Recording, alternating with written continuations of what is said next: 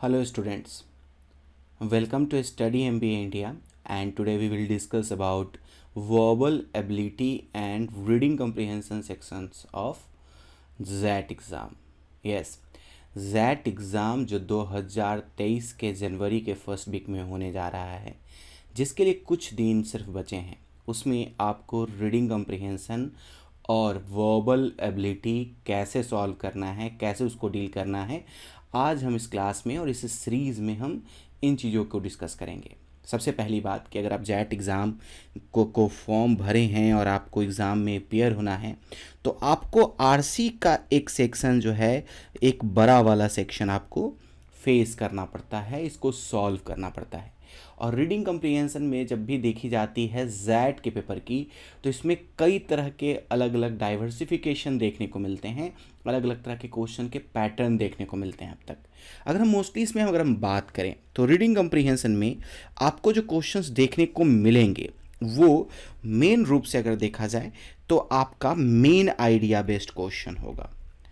आपको जानकारी हो, मेन आइडिया बेस्ड क्वेश्चन एक फेवरेट क्वेश्चन का पैटर्न होता है जैट के एग्ज़ाम का। हालांकि मेन आइडिया के जगह पे वो आपसे सेंट्रल आइडिया के तौर पे भी आपसे पूछ सकते हैं क्वेश्चन, या फिर वो सेंट्रल आइडिया के जगह पे प्राइमरी पर्पस बोल के भी आपसे क्वेश्चन पूछ सकते हैं। ये सभी एक ही थाली के चट्टे बट्टे हैं जो कि एक ही तरह की चीज़ों की बात करते हैं। प्राइमरी पर्पस भी आपसे पूछा जा सकता है, ट्रू एसेंस भी आपको पूछा जा सकता है, या फिर थीमेटिक एक्सप्रेशन भी बोल करके आपके सामने में ये क्वेश्चंस रहते हैं। थीमेटिक स्टेटमेंट की बात करें या फिर एक्सप्रेशंस की बात करें, एक ही चीज़ें हैं। तो ये सभी जो क्वेश्चंस आपके सामने में अगर मिलता है तो आपको ये समझ के चलना है कि ये सभी क्वेश्चंस में आपको मेन आइडिया ढूंढना है। मेन आइडिया की बात की जा रही है। वही क्वेश्चन के और भी टाइप हैं। अगर आप अगले टाइप की अगर बात करें तो आपको स्टाइल बेस्ड क्वेश्चंस, ऑथर के स्टाइल पे क्वेश्चन जो है ये पूछा जाता है। वही ऑथर ने किस टोन में इस पैराग्राफ को लिखा है, इस पे बेस्ड भी आपके सामने में क्वेश्चंस पूछे जाते हैं।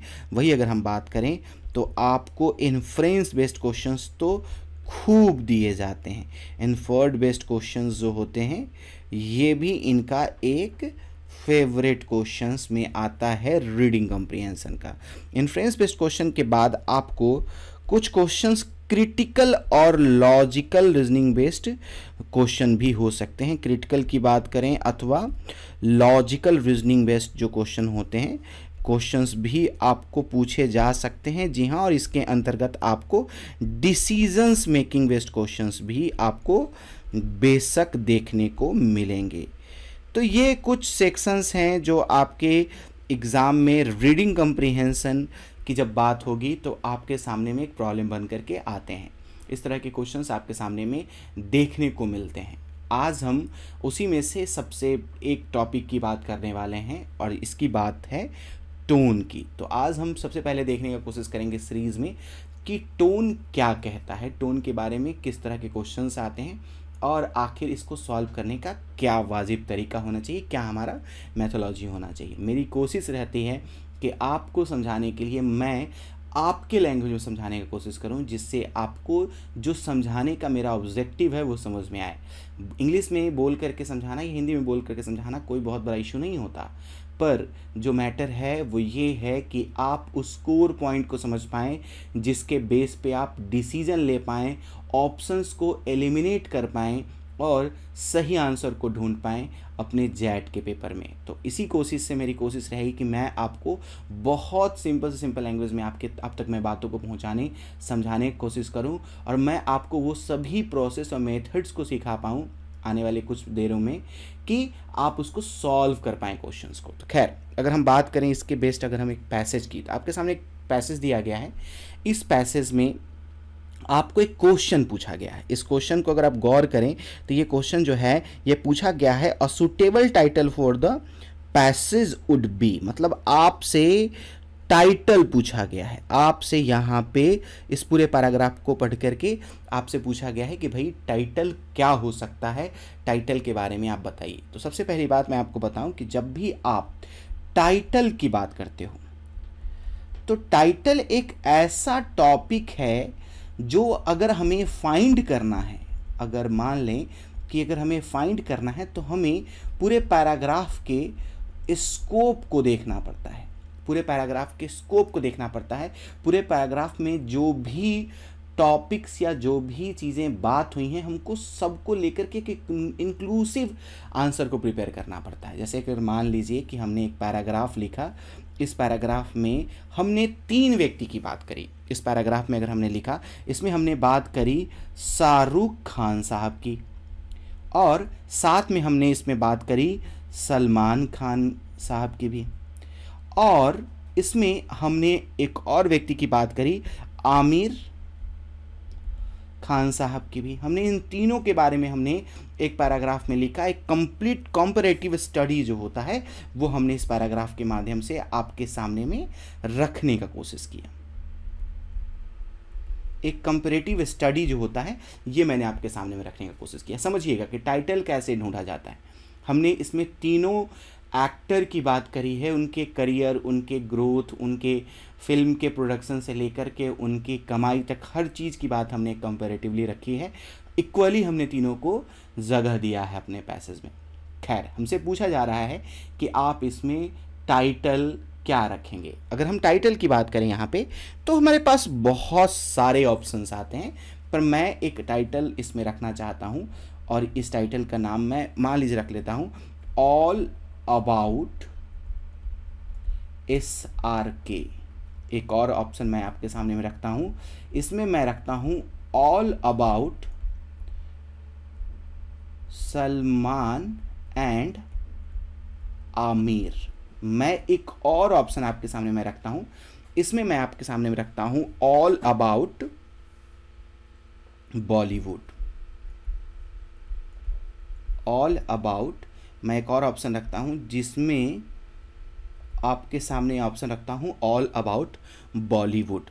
और एक और मैं ऑप्शन रखता हूं जिसमें मैं लिखता हूं ऑल अबाउट खान, ये अलग है दोनों, खान इंडस्ट्री। मैंने ये 4 ऑप्शन आपके सामने में रखा और मैंने इस चारों ऑप्शंस में आपको मैंने टाइटल ढूंढने के लिए दिया कि बताइए मैंने एक पैराग्राफ लिखा है जिसमें मैंने कंप्लीट कंपैरेटिव स्टडी हमने रखा है शाहरुख खान, सलमान खान और आमिर खान के फिल्म करियर से लेकर के अब तक की भरपूर कमाई की। इसमें मैंने आपके सामने में टाइटल रखा कि बताओ भाई टाइटल क्या होना चाहिए। क्या टाइटल हम ऑल अबाउट शाहरुख खान रख दें, या टाइटल रखें all about Salman Khan and Aamir Khan, या मैं टाइटल रखने का कोशिश करूं ऑल अबाउट बॉलीवुड, या मेरे पास एक ऑप्शन है ऑल अबाउट खान इंडस्ट्री। क्या मैं इसमें से कौन सा ऑप्शन चूज करूंगा? तो समझने वाली बात यहाँ पे आती है कि टाइटल का जो प्रोसेस होता है, टाइटल कभी भी आप ढूंढेंगे तो आप 2 बातों को ध्यान रखते हैं, और वो 2 बातें हैं कि आप टाइटल ढूंढने के वक्त हमेशा इस बात का ध्यान रखते हैं कि टाइटल कभी भी वाइड अथवा नैरो ना हो। समझिएगा ये वाइड और नैरो का क्या कंसेप्ट है।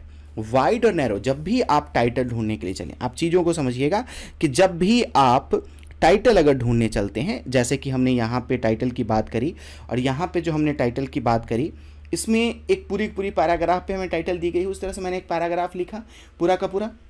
ये यहाँ पे मैंने पैराग्राफ लिखा और इस पे हमें टाइटल पूछे कि टाइटल क्या होना चाहिए, इसका एग्जैक्ट टाइटल हमें क्या रखना चाहिए। अब इसकी अगर हम बात करेंगे तो टाइटल को लेकर के आपको 2-3 बातों को ध्यान रखना है। टाइटल को लेकर के हमें 2-3 बातों को ध्यान रखना है। पहली बात कि टाइटल को एक ऐसा होना चाहिए जो आपके पूरे पैराग्राफ को, पूरे पैसेज को वो लेकर चले, उसके स्कोप को लेके चले। ऐसा हमें टाइटल ढूंढना चाहिए, ऐसा टाइटल का हमें ध्यान रखना चाहिए। हम इस बात का ध्यान रखना चाहिए कि टाइटल ऐसा ना हो कि वो नैरो हो, या टाइटल ऐसा भी ना हो जो फिजूल का काफ़ी वाइड बातें कर रहा हो। हम ये दोनों तरह के ऑप्शंस को हम लेके नहीं चल सकते। जैसे अभी हमने तुरंत बात करी कि हमने पूरी की पूरी बात करी है, जिसमें हमने बात की है कि टाइटल की सिचुएशन की बात की है। हमने टाइटल की सिचुएशन की जब बात की है तो इसमें जब बात होती है नैरो और वाइड की, तो हमने तो इसमें शाहरुख खान की बात भी करी है, इसमें हमने सलमान खान की भी बात की है, इसमें हमने आमिर खान साहब की भी बात की है। अब टाइटल ढूंढने की बात करें तो सिर्फ और सिर्फ शाहरुख खान का बात करना या सिर्फ और सिर्फ सलमान खान या आमिर खान का सिर्फ बात करना, यहाँ पे टाइटल का कहलाएगा नैरो हो जाना, क्योंकि हमने तीनों की बात की और हमने सिर्फ किसी एक की ही चर्चा टाइटल में करी, तो ये हमारा नैरो टाइटल कहा जाएगा, जो हम टाइटल के तौर पे एक्सेप्ट नॉर्मली नहीं करते हैं, इसे हम एलिमिनेट करते हैं, जो कि बेसिकली हमें इस पूरे क्लास में सीखना है कि हम कैसे ऑप्शंस को एलिमिनेट करें, कट करें। वही वाइड में हम पूरे बॉलीवुड को भी हम यहाँ नहीं रख सकते कि बॉलीवुड में सिर्फ यही लोग सिर्फ नहीं हैं, और भी बहुत सारे लोग हैं, तो ऑल अबाउट बॉलीवुड लिखना भी यहाँ पे वाइड ऑप्शन होगा, तो इसको भी हमें एक्सेप्ट नहीं करना है, नैरो को भी एक्सेप्ट नहीं करना है। मतलब वाइड ऑप्शन को भी हम लेके नहीं चल सकते और नैरो ऑप्शन को भी नहीं लेके चलते, क्योंकि हमें कुछ ऐसा टाइटल ढूंढना पड़ेगा जो इन तीनों को रिप्रेजेंट करता हो, इन तीनों की बात करता हो। जस्ट यू अंडरस्टैंड कि अगर इस पैसेज में हमने बात करी शाहरुख खान, सलमान खान और आमिर खान की, तो इसमें हमने बात करी ऑल अबाउट शाहरुख खान। अब समझिएगा कि ये ऑप्शन हमारा क्यों नहीं होगा, क्योंकि हमने इसमें सलमान खान, शाहरुख खान और आमिर खान तीनों की बात की है। अगर हम शाहरुख खान की बात करते हैं तो ये ऑप्शन हमारा नैरो हो जाता है, तो इस वजह से हमें ऑप्शन ए को एलिमिनेट करना पड़ेगा, क्योंकि ये हमारे लिए एक परफेक्ट आंसर नहीं है, क्योंकि हमने तीनों की बात करी, हम किसी एक की ही ऑप्शन में बात कर रहे हैं, टाइटल में बात कर रहे हैं, तो ये तो कहीं ना कहीं इग्नोर करने वाली बात हुई, हमने पूरे कॉन्टेक्स्ट को रिप्रेजेंट करने का कोशिश ही नहीं किया।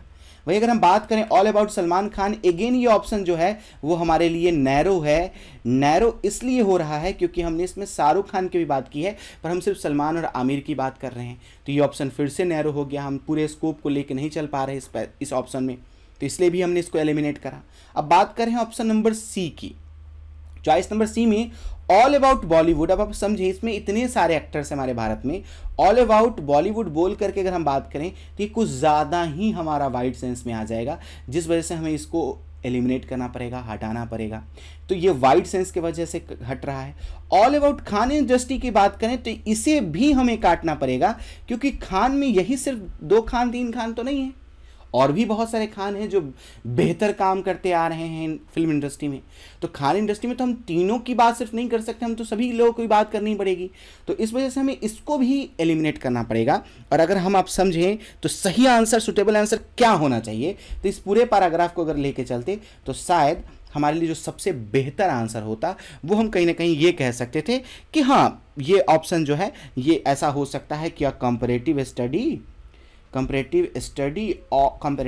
ऑफ थ्री खान्स, ऐसा अगर हम कोई ऑप्शन रखते जिसमें हम 3 खान्स अगर रिप्रेजेंट कर दिए तो यहाँ पे ये तीनों की बात हो जाती, या comparative study of Shahrukh Khan, Salman Khan और आमिर खान अगर हम लिखते, तो ये कहीं ना कहीं ये एक एक्सेप्टेड ऑप्शन हो सकता था। पर हम इस चारों ऑप्शन को हमने इसलिए काटा क्योंकि कोई ऑप्शन नैरो हो जा रहा था, कोई ऑप्शन वाइड हो जा रहा था, और वाइड और नैरो ऑप्शन को हमें इग्नोर करना पड़ता है। दोस्तों, जब भी आप टाइटल ढूंढने के लिए चलेंगे तो आप इस बात का ध्यान रखेंगे कि टाइटल जो है उस पूरे पैराग्राफ को रिप्रेजेंट करता हो।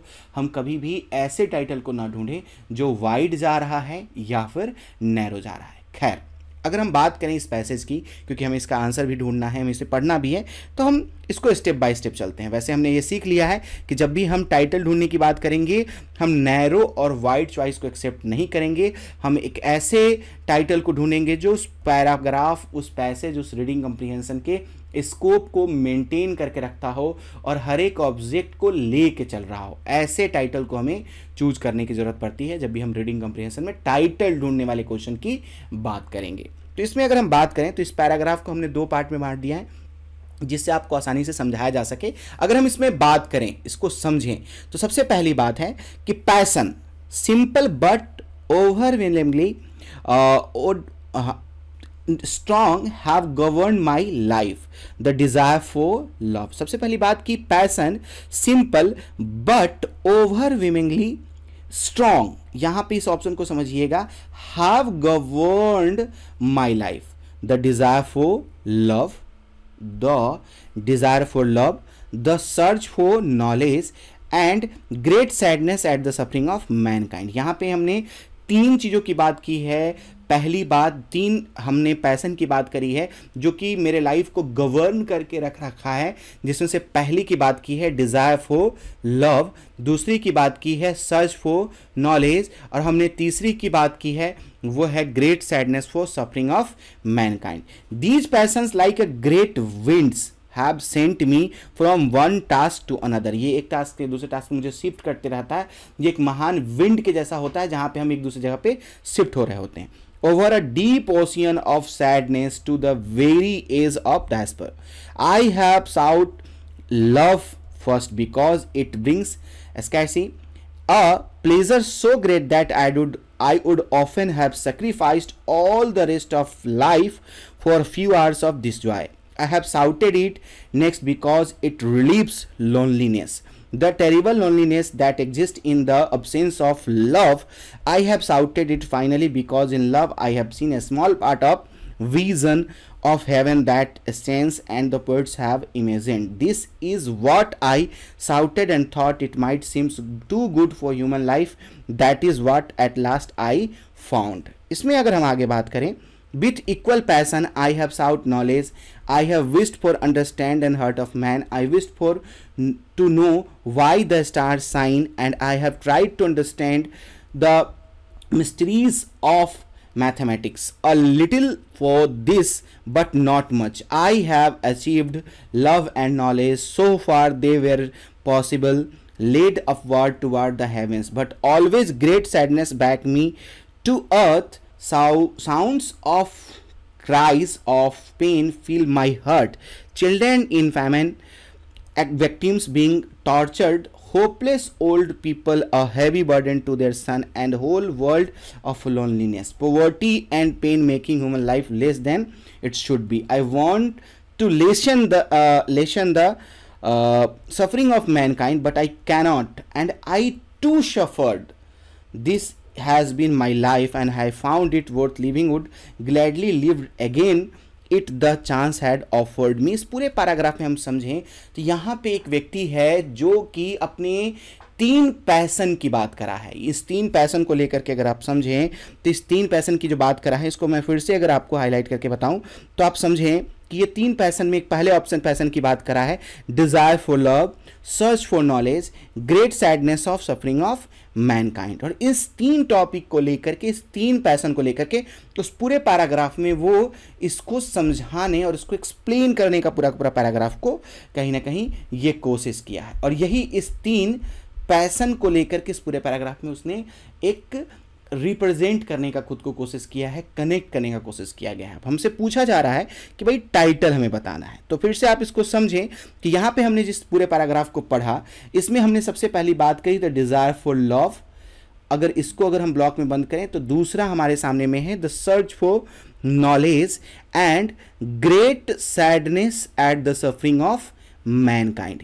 ये तीन जो इनके पैसन हैं, ये जो तीन इनके पैसन हैं, इस तीन पैसन की बात पूरे पैराग्राफ में की गई है और इसको लेकर के इस पूरे पैराग्राफ में चर्चा हुई है। आपसे पूछा जा रहा है कि टाइटल ऑफ दिस पैसेज क्या होगा। अब समझिएगा, आपके पास ऑप्शन दिया गया पहला the three passion of life. इस पैसेज को पढ़ने के बाद अगर हम इस पहले वाले चॉइस को अगर देखें तो इसको हम कट नहीं कर सकते, क्योंकि इस पूरे पैराग्राफ में अगर स्कोप को अगर देखें, इस पूरे पैराग्राफ के अगर साउंड को देखने की कोशिश करें तो हमने तीन पैसन की बात तो की है, तो इसको लेकर के अभी हम कुछ डिसीजन नहीं ले सकते कि ये आंसर होगा या नहीं होगा। पर बी ऑप्शन को देखें, what I have lived for. अगर हम इसकी बात करें तो ये सिर्फ हमने क्या चीज़ के लिए जिया, सिर्फ इसी की बात नहीं कर रहा है। इसके अगर स्कोप को देखें तो ये थोड़ा सा जो है दोस्तों ये नैरो हो जा रहा है।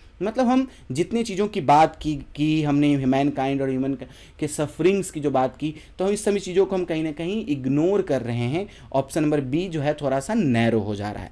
लाइफ वर्थ लिविंग अगेन सिर्फ और सिर्फ हम लाइफ वर्थ लिविंग की बात नहीं की है, हम इसमें सफरिंग्स की बात की है, हमने मैनकाइंड्स और बाकी सभी चीज़ों की बात की है, हमने पैशंस की बात की है, तो फिर ये ऑप्शन भी कहीं ना कहीं हमारा नैरो हो जाएगा। और ऑल अबाउट लाइफ में बहुत सारे कंसिक्वेंसेज होते हैं जो कि यहाँ पे पूरी की पूरी बातों को रिप्रेजेंट नहीं किया गया है, इसका स्कोप कहीं ना कहीं हमारा वाइड हो रहा है।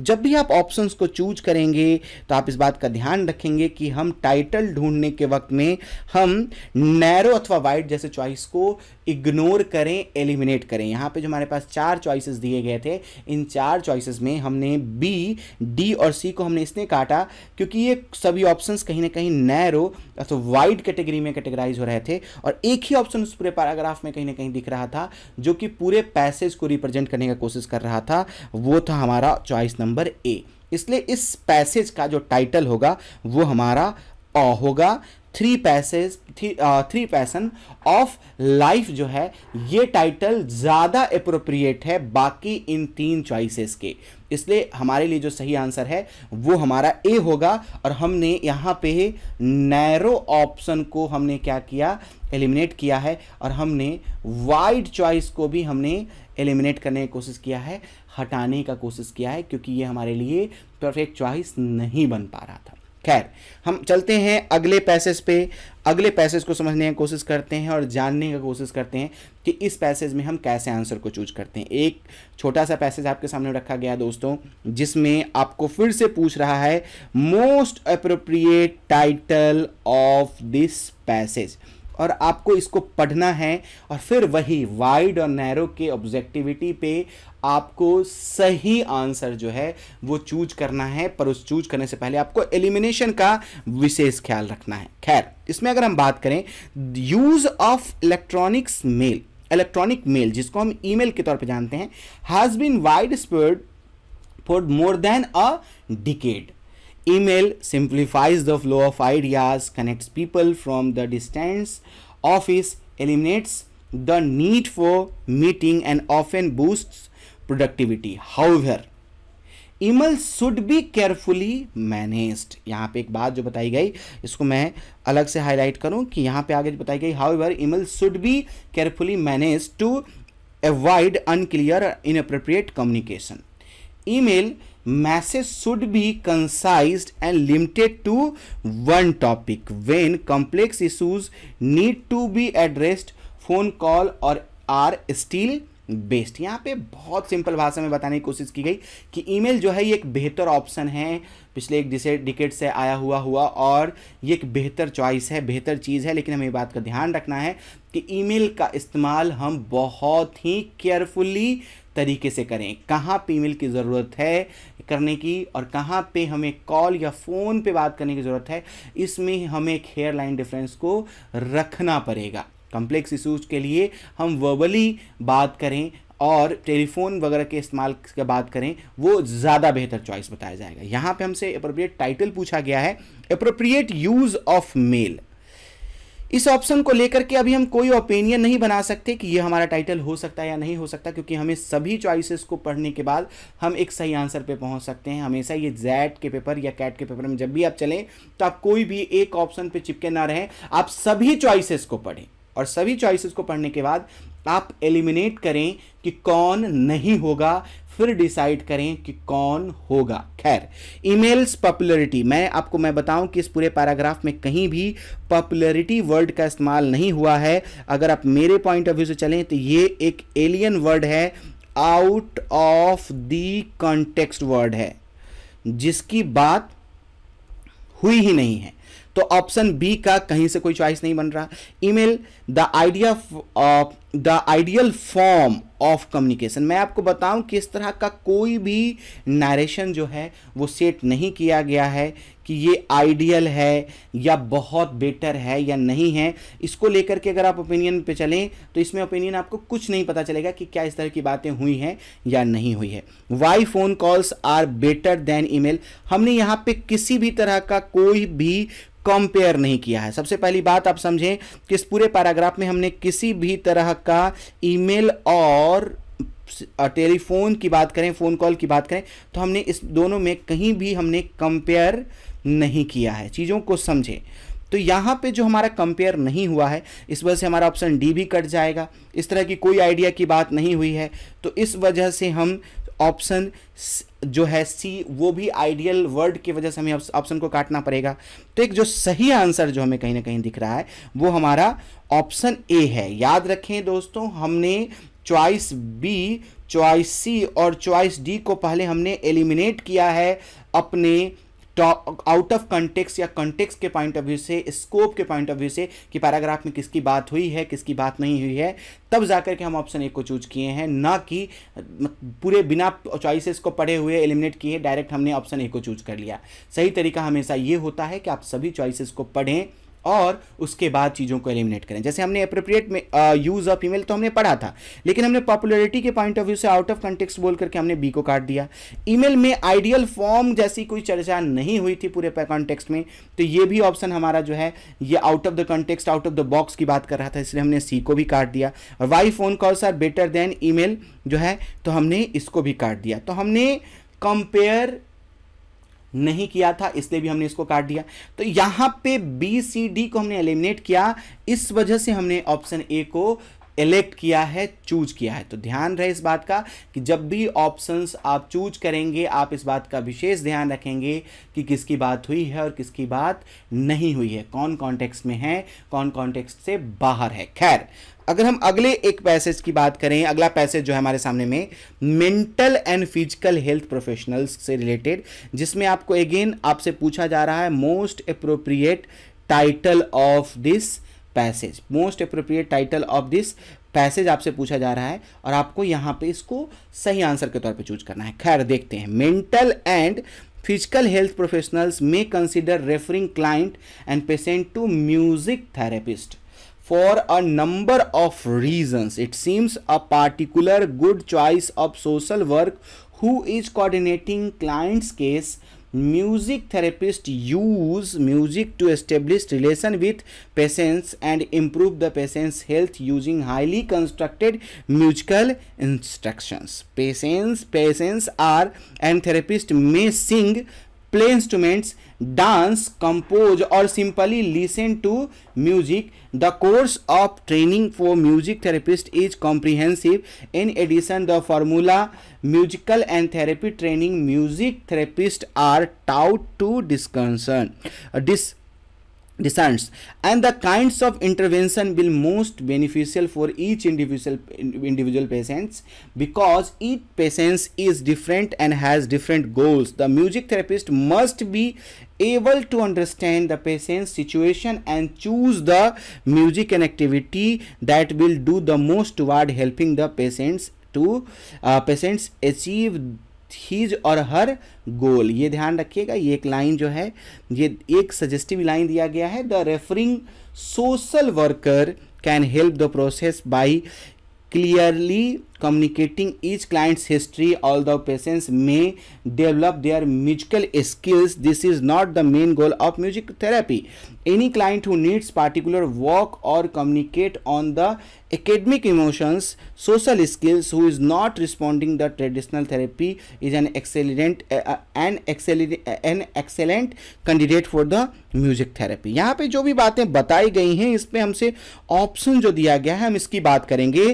पहला ऑप्शन है how to use music to combat depression. पहला जो ऑप्शन है मैं आपको बताऊं कि इस पूरे पैराग्राफ में डिप्रेशन जैसे वर्ड का इस्तेमाल नहीं किया गया है। ये हमारे लिए आउट ऑफ द कॉन्टेक्स्ट बात हो रही है, इसकी बात हुई ही नहीं है। खैर, what social worker needs to know about music therapy, इस ऑप्शन को लेकर के हम कुछ कह नहीं सकते क्योंकि ऐसी बातें पैराग्राफ में हुई है। आंसर होगा कि नहीं होगा इसके बारे में अभी कुछ बात नहीं कर सकते। पर training for the centre of training for a career in music therapy, फिर अगेन करियर की बात हो गई है, इसकी बात फिर आउट ऑफ स्कोप में जा रहा है कहीं ना कहीं, ये बात ध्यान रखें। Social worker as a music therapist की अगर हम बात करें तो social worker as a music therapist, ये आपस में एक एग्जाम्पलीफाई या कनेक्ट करने का कोशिश तो किया गया था। पर अगर हम इस पूरे पैराग्राफ के अगर मेन आइडिया की बात करें तो ये मेन आइडिया से आउट ऑप्शन है। क्योंकि हमने इसमें पूरी की पूरी बात जो बताई है वो बताई है कि कैसे सोशल वर्कर्स को जानने की ज़रूरत है म्यूज़िक थेरेपी के बारे में, और कैसे हम उनको चूज करेंगे, किस तरह के व्यक्ति को, यहाँ what do will most toward the helping the patient to achieve her goal, music activity जो है यहाँ पे आपको चूज करने के बोला गया है, समझना सिचुएशन को और एक बेहतर ऑप्शन चूज करने की यहाँ पे बात बताई गई है। तो यहाँ पे इन सभी ऑप्शंस को अगर आप देखें समझें तो आप पाएंगे कि हमारा ऑप्शन बी, ऑप्शन सी और ऑप्शन डी जो है ये कहीं ना कहीं out of context, sorry option जो ए है, सी और डी जो है वो कहीं ना कहीं आउट ऑफ कंटेक्स्ट की बात कर रहा है, थोड़ा सा अलग थलग जा रहा है। पर एक ऑप्शन जो है आपका सोशल वर्कर को म्यूजिक थेरेपी के बारे में समझ होना, ये कहीं ना कहीं पूरे पैराग्राफ के मेन आइडिया को रिप्रेजेंट करने का कोशिश कर रहा है। जो पूरे पैराग्राफ में जो बात बताने की कोशिश की गई है इसको रिप्रेजेंट करने की कोशिश कर रहा है, इसलिए हम इस ऑप्शन को लेके चलेंगे जो हमारा ऑप्शन चॉइस नंबर हमारा बी है। तो पूरे पैराग्राफ को अगर आप समझें तो आप पाएंगे कि इस पैराग्राफ में या फिर मेन आइडिया की जब भी बात हो या फिर टोन ढूंढने की बात हो, आप कुछ बातों को ध्यान रखेंगे। उसमें सबसे पहली चीज़ है कि जब भी आप रीडिंग कॉम्प्रीहेंशन पढ़ें, जब भी आप रीडिंग कॉम्प्रीहेंशन में टाइटल ढूंढने का कोशिश करें, आप इस बात को बिल्कुल ध्यान रखें कि टाइटल ढूंढना is not a difficult work. आप बिल्कुल ध्यान रखें, title is a very easy work, but you have to classify it कि which is your narrow choice, which is your wide choice, which is your out of context choice, which is your out of scope choice, and which is your positive or negative assertion related to the statement. If a statement is positive and you are finding the title which is negative, then it will also be eliminated. तो आपको ध्यान रखना है कि हमें narrow, wide जैसे option को हमें choose, out of the contest, out of the scope जैसे, या फिर पॉजिटिव या निगेटिव का एडवर्ड जो सिचुएशन होता है, इनको हमें एलिमिनेट करना है और एक ऐसे ऑप्शन को चूज करना है जो पूरे पैराग्राफ को रिप्रेजेंट करता हो, रिप्रेजेंटेशन की बात करता हो। तो यही एक तरीका होता है जिसके माध्यम से हम टाइटल को चूज कर सकते हैं और बेहतर तरीके से टाइटल वाले क्वेश्चन को हम सॉल्व कर सकते हैं। तो मिलते हैं अगले सेशन में जिसमें हम अलग तरह के क्वेश्चंस रीडिंग कॉम्प्रिहेंशन का सॉल्व करने की कोशिश करेंगे। इस क्लास को, इस टॉपिक को यहीं पे हम वाइंड अप करते हैं। बहुत बहुत धन्यवाद। अगर आप स्टडी एमबीए इंडिया को सब्सक्राइब अगर आपने नहीं किया है तो ज़रूर सब्सक्राइब करें। मेरा नाम है नीलकमल सिंह। थैंक यू, बहुत बहुत धन्यवाद।